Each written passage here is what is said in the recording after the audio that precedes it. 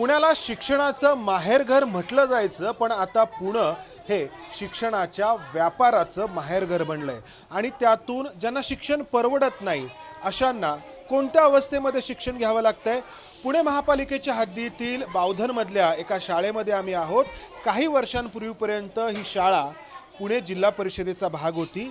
आता या ठिकाणी 7वीच्या वर्गात ही मुलं शिकतायत आणि आपण जर पाहिलं तर या शाळेच्या छताची ही अशी अवस्था आहे। वरचा भाग गळून पडलेला आहे आणि या भिंतीला आपल्याला ओल दिसते आहे, कारण पावसामध्ये बऱ्याच ठिकाणी या वर्गामध्ये पाण्याची गळती होते आहे। 7वीचे 2 वर्ग या ठिकाणी एकत्र करण्यात आलेले आहेत। मुलांनो, पाणी पडतं इथे? एका सुरात सगळे उत्तर देतात। काय होतं मग पाऊस आल्यानंतर काय करतात? थेंब पडतेत, थेंब पडतेत, पाणी पडतं वरनं, पाणी पडतं वरून। हा पाणी तुला विचारू, पाणी पडतं, पाणी पाणी पडतं, पाणी पडतं। तर ही या वर्गाची ही अशी अवस्था आहे। वर्गामध्ये शिक्षिका आहेत, त्या शिकवतात। अच्छा, ह्या वर्गात पाणी पडतं म्हणून आम्हाला खूप त्रास होतो। तर सगळं काही आलं। या शाळेच्या इतरही ज्या खोल्या आहेत तर त्याचीही आपण अवस्था काय आहे ते पाहूयात। महाराष्ट्र नवनिर्माण सेनेचे पदाधिकारी या ठिकाणी आहेत, जे या सगळ्या प्रश्नावरती सातत्याने आवाज उठवत असतात। प्रशांत कनोजे आहेत। खरं तर पुणे महापालिका पाहिलं आपण 600-750 कोटी रुपये दरवर्षी शिक्षणासाठीचं बजेट असतं। सर, खरं तर पुणे शहरातल्या महानगरपालिकेची अवस्था अशी आहे, बऱ्याचशा म्हणजे महानगर सिटी भागातल्या शाळांमध्ये मुलं नाही आहेत आणि या ग्रामीण भागाला ज्या टच आपली शाळा आहेत तिथं विद्यार्थ्यांची संख्या आहे पण सुविधा नाही आहेत। आता ह्या बघा ना, बघा हे या वर्गाची ही चौकट आहे, ही अशी हलते आहे आणि आतमध्ये वर्ग रिकामा आहे, कारण 7वीच्या या वर्गाला इथे शिक्षक नाहीत। त्यामुळं या वर्गातली मुलं शेजारच्या वर्गात, आत्ता आपण जिथे होतो त्या वर्गामध्ये एकत्रित करण्यात आलेली आहेत। शिक्षकाविना हा जो वर्ग आहे 7वीचा तो असा आपल्याला रिकामा दिसतोय आणि ही अशी या शाळेच्या चौकटीची अवस्था आहे। हां सर, खरं तर आम्ही महानगरपालिकेला पाठपुरावा करत होतो की प्रत्येक शाळेचं दरवर्षी ऑडिट झालं पाहिजे। ही जी शाळा आहे जिथं एका शिक्षिकेला साप चावलेला होता शाळा चालू असताना, तेव्हाही आपण मागणी केली होती की यांचं शाळेचं ऑडिट करा, सुरक्षा ऑडिट। सुरक्षा ऑडिट म्हणजे काय, इमारत किती जुनी आहे, शाळेमध्ये पत्रे गळतात आहे का, पाणी गळतं आहे का,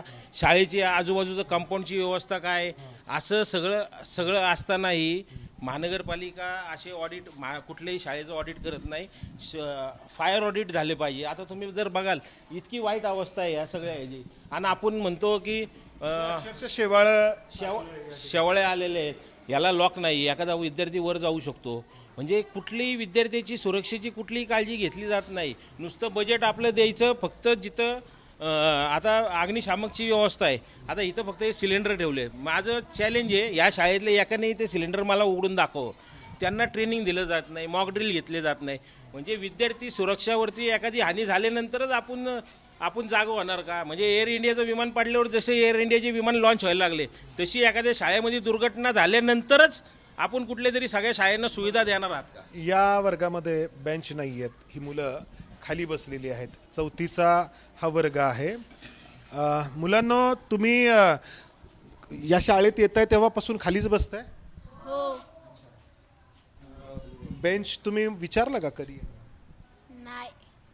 काही विचारण्याची या मुलांना किंबहुना या मुलांच्या पालकांना खरं तर कोणतीही या ठिकाणी मुभा नाही आहे ते शिक्षण त्यांना मिळतंय, यामध्येच धन्यता मानावी अशी परिस्थिती आहे। हा दुसरा वर्ग आहे, इथे देखील बेंच नाही आहे, शिक्षक शिकवतात। सर, सांगाल का की बेंचची काय नक्की अडचण आहे या ठिकाणी, काय येत नाही आहे? तुम्ही मागितलं असेल पालिकेला?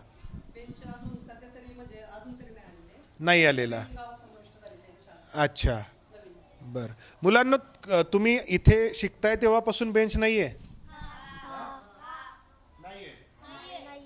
पाणी येतं का इथे? पाणी येतं? कुठून येतं? तिथून येतं। तर पुणे महापालिकेमधली ही शाळा, पुणे महापालिकेचं बजेट मी जसं म्हटलं, खरं तर यावरून आपण पाहतो की मराठी शाळा, मराठी भाषा याबद्दल काय आत्ता बोललं जातं हे आपण पाहतो, पण प्रत्यक्षात या शाळांकडे नाही आहे लक्ष कोणाचं. कुणाचंच लक्ष नाही आहे. प्रशासन, तुम्हाला माहिती असेल, दुर्दैव आहे, अख्ख्या राज्यातला शिक्षण संचालक जो प्राथमिकचा असतो तो आपल्याला कित्येक वर्ष भेटत नाही आहे. गोसावी सरांकडं SSC बोर्डाचाही चार्ज आहे आणि प्राथमिकचाही चार्ज.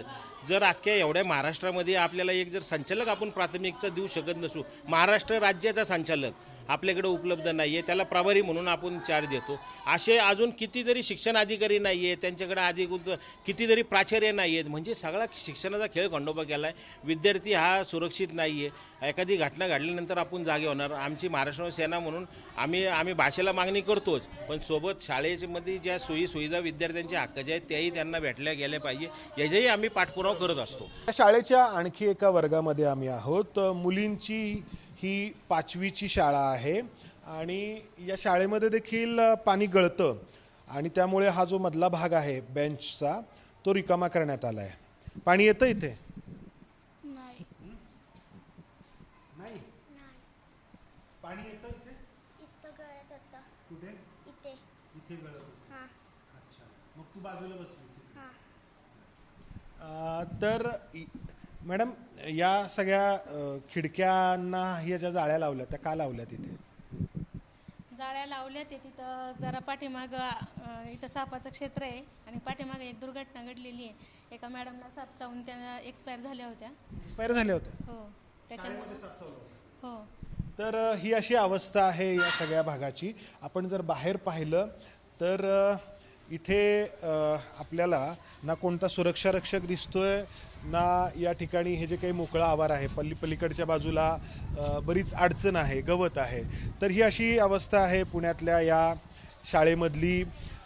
एका शिक्षिकेचा मृत्यू साप चावून वर्गामध्ये या ठिकाणी झाला होता आणि वर्ग गळताना आपण पाहतो आहोत. सुरुवातीला जसं म्हटलं की पुणे शिक्षणाचं माहेरघर कधी काळी होतं, आता ते शिक्षणाच्या व्यापारीकरणाचं माहेरघर बनलंय आणि या व्यापारीकरणाच्या रेट्यामध्ये जे या व्यापारा करणाऱ्या शाळांमध्ये प्रवेश घेऊ शकत नाही आहेत त्यांची ही अशी अवस्था आहे. कॅमेरामन राजेश बिडकरसह मंदार गुंजारी, ABP माझा, पुणे. ABP माझा, उघडा डोळे बघा नीट.